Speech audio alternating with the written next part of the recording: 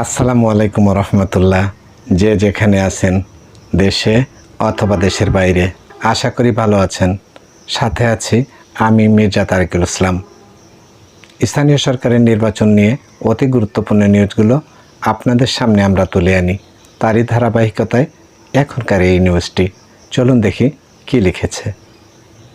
Viewers, নিউজটিতে যাওয়ার আগে আমার অনুরোধ, আপনি যদি এই চ্যানেলে নতুন হয়ে থাকেন, চ্যানেলটিকে সাবস্ক্রাইব করে বেল বাটনটি অন করে দিয়ে আমাদের সাথে থাকবেন।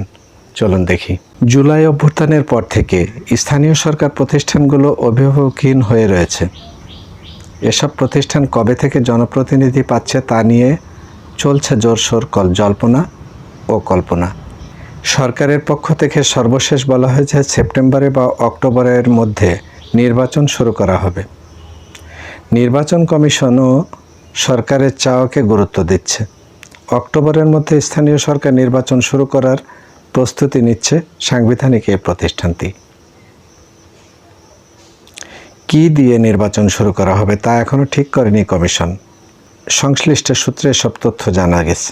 সূত্র জানায়, পৌরসভা ও উপজেলা নিয়ে আপাতত ভাবছে না সরকার।